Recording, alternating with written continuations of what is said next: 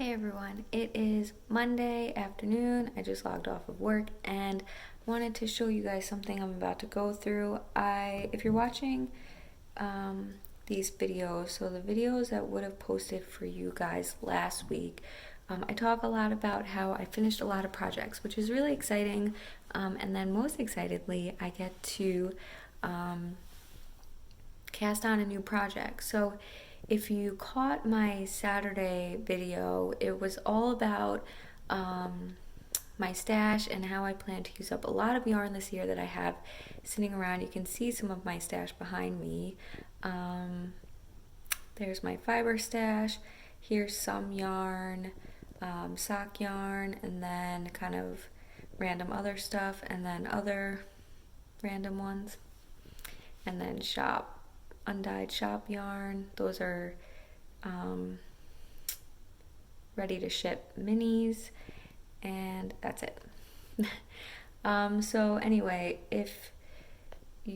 so I just wanted to go through the video I would have just shown before this was me kind of going through, or maybe it's after this. So in any case, I have a sweater quantity of yarn that I bought for a pattern that I couldn't get gauge on. So it was one of Jennifer Steingrass's patterns, Silver Forest, and I couldn't get gauge for it. So even though I picked out this yarn specifically for that pattern, I needed to figure out something else. So I haven't worked on it, but I wanted to cast on a sweater for it. I wanted something for my next project a little bit more complicated, and so at first I was kind of looking at cable patterns because I think I have enough of the main color to do that. But then I kind of went back to doing color work anyway because I have the contrasting colors, and I ended up finding one of Jennifer Steingrass's patterns that is for 2 colors, and I have 4, so I have a main color and 3 contrasting colors. But I saw in one of the projects that someone did like a gradient throughout the color work, and even though my colors aren't a gradient, I think I'm gonna do that. So I will link to that project page in the description box, and also the pattern itself, because I can't remember now what it is, and you either saw me pick it out or you will after this. But I'm gonna show you the yarn quickly.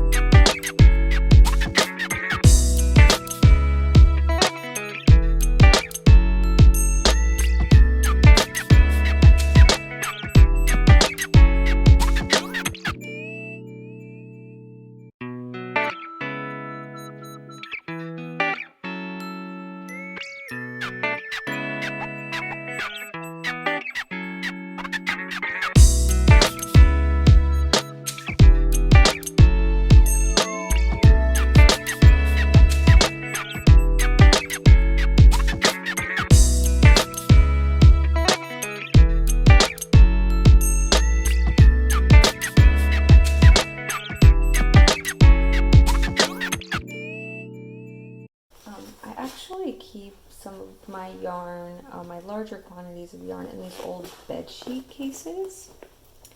So that's what you see here. So this is a lot. This is about 5 skeins of the main color.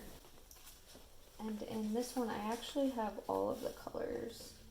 Oh, and my swatch, which I was looking for earlier. So here's the swatch that I did before that I tested out some color work on. I think it was probably some color work specific to the pattern. And then the different needle sizes. So this line here kind of breaks up the two sizes, and I couldn't get gauge, and I wasn't happy with it. And it is kind of funny. So I am wearing a hand knit sweater, and this color, and I have no lights on and the blinds are closed. But of course I have to stop buying pink colored sweater quantities. This one's more of like a rose, and this one's more like almost got like more orangey tint, and this one is a more like pink tint. So anyway, it's Roma Phenol PT2, which I think is called a fingering weight yarn, but I think it's more DK. At least that's the gauge that I got. So you can see the color on there. It's just a number colorway. And so this is my main color. And then I have 3 contrast colors, and of course I don't have the label for the brown because I used it in the swatch, but the color is in my project notes, which may or probably doesn't exist. So it's in my stash, so I'll figure out what color it is. Okay, so again, this is going to be the main color, and then I have these 3 contrasting colors. So it's like a very light brown, a very much of a white. It's more like off-white, I guess, and then this kind of slate gray blue. And so for that pattern, I'm going to keep this color as the main color, and then I'm gonna do the 3 contrasting colors probably in this order, so almost like the darkest to the lightest tone. And I favorited that project so I can kind of follow along with where they did the color changes. So I think that's going to be my next cast on, and yeah, so keep an eye out for that. And that is how I kind of go about planning. Well, it's not always how I go about planning projects. I definitely try to buy yarn for a pattern, which is what I did here. I knew I wanted a color work pattern. I wanted to try this yarn because I've heard really good things about it. And I have to say, like, it is pretty soft for a non-superwash yarn. And so I picked out the yarn specific for that pattern and then just couldn't get gauge. So, because again, they call this a fingering weight yarn, but it's definitely not. At least not for me. I couldn't get gauge on it. And it's funny because I think I looked up that pattern and someone tried to use this yarn and said the same thing, that they couldn't get gauge. And I'm trying to figure out how many yards per grams. Oh, it's 175 meters per 50 grams. So if you convert that to yards, it's probably like a little like 200, which is more per 50. Oh, so that's like a fingering weight. I don't know. It's just thick and I couldn't get it. Anyway, so that's going to be my next cast on. Again, I have a lot of skeins of this and then each of those, but I think it'll work, and I'm really excited that I finally figured out that pattern. So again, what I did was on Ravelry, I kind of did a gauge search, and then I also did just like a DK weight search, and just looked through patterns. So you saw that I looked at cable patterns, and then 4 colored, and then I think I just ended up on her Ravelry pattern page and went from there. So anyway, that is it. Talk to you later. Bye. Hey everyone, Lauren from A Girl in Her Wool here. So today I think this video will go along with some other project planning vlogs I have, so I'm not quite sure when this will post, but what I have here is my Northeasterly blanket. So you would have seen this on my work in progress videos. Most recently I showed it, I think I was working on this square over here that I've now since finished. And I brought it downstairs. So I work on this project right before bed. So this lives next to my bed. And I work on it a little bit before going to sleep at night. And I brought it downstairs because I recently finished up the colors that I had wound up and ready to go. I typically pick 5 colors. I kind of line up next to the last column that I want to use, and then throw that in my project bag and then work on them and then pick out the next 5 colors. So as you can see here, this is a lap blanket, so it is pretty small. So right now I have 1, 2, 3, I have 4 columns of it complete. That's the edge of it. And I'm working on the 5th, so I have 2 colors kind of in that 5th color, in the 5th column. The length of it is good to cover my lap down to the floor. And I think I mentioned in my most recent work in progress video, actually it might not be the most recent when you're seeing this, but I mentioned it in a work in progress video. Hey guys, Nacho just came. He dropped off this, so I just wanted to show it to you guys. Nacho wanted to show it to you guys. Thank you, buddy. And I would have talked about in a recent work in progress video that I wasn't sure if 1 or 2 more columns would work depending on how many samples I have left. And if you look, I have a lot of samples left. So that's about 25 skeins there that I can put into this blanket. Which is, it looks like I use about 7 in each one of these columns. So that's good for another 3 columns. I've used a few, so maybe 3 or 4 columns. I can also choose to make this longer if I want to. And so what I typically do is, so taking a step back, this yarn is my hand-dyed yarn. These are all skeins that I've used as samples or practice. A lot of these were when I was first learning how to dye yarn. And sorry. Hi. Hey guys, Nacho was sad that he didn't get to be in this video because I'm not on the table. So here's Nacho. He's not allowed on there. But here's his little paw. Oh, you can see his little tail. So this is all yarn that I have dyed. It is not on any base that you can buy. This is Knit Picks, some sort of bear yarn. Maybe it's a stroll fingering weight. I honestly am not sure. But if you're interested, I can look back at what I've bought in the past. And I bought that because it's that's a good cost-effective way. If you're interested in testing out dyeing, you can definitely do that. And so since I don't sell this yarn, I decided to knit it into a memory blanket for myself. And these are the skeins that I have left. I actually have a little bit left of the yarn, so I could even make more, but we'll kind of see how this goes. I don't want to make it like too big and then ruin kind of what I wanted it for. And I can always knit little charity items out of the others. But anyway, the point of what we're doing here is I wanted to pick out the next colors that I wanted to use with you. So let me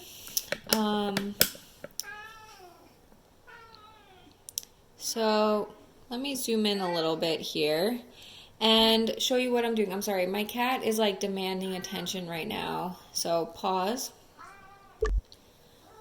Okay, so I wanted to pick out my next colors with you guys. So I have them all lined up here, and you'll see I really I try to pick colors that kind of go together and aren't too similar to the one that it'll be next to. So if you can see here, this color is kind of like a blush pink and a lighter green.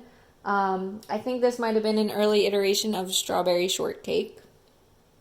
And so I just kind of go through and pick colors that I think might look nice next to it. I'm trying to not be too particular, but, you know, trying to pick something nice. So I think, so 2 things I have to keep in mind is it will,